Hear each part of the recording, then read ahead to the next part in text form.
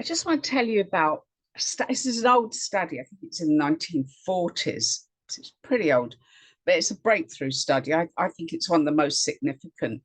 What they did, they studied train crashes and these scientists found that up to 25% less people caught the train that day. They took into account things like weather, holidays, blah, blah. There's no other explanation. 25% or up to 25% less people showed up. That's huge. I mean, 5% would have been significant, 25% is huge. And they came to the conclusion that people had some sort of gut feeling or some sort of instinct not to go. And I think a lot of intuition is natural. We've got an innate sense of danger. I'm sure we have.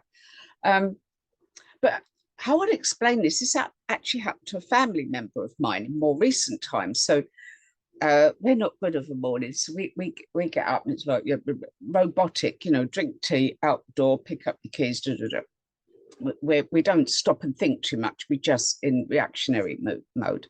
And on this particular day, this is somebody that gets up, goes to work, doesn't have days off, doesn't sky, gets up, goes to work, same time every day, leaves the house, catches the train, catches the connector train, blah, blah, blah, every day.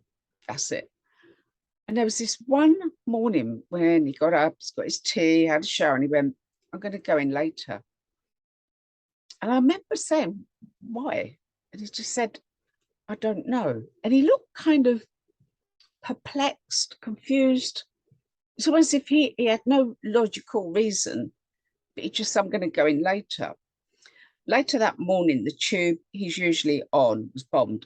And that really brought it home to me that it's not some big dramatic thing. But when we get that, I don't want to do that, I'm not going to go there, I'm going to go a different route. When we get that feeling, we can't always explain what it is. For him, it was something in his head and it didn't make sense. It's not logical.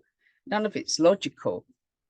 But something in him told him not to go, which to me brought out that study. And I think it's really, really worth listening to that instinct. If you, to me, the hesitation is one of my best.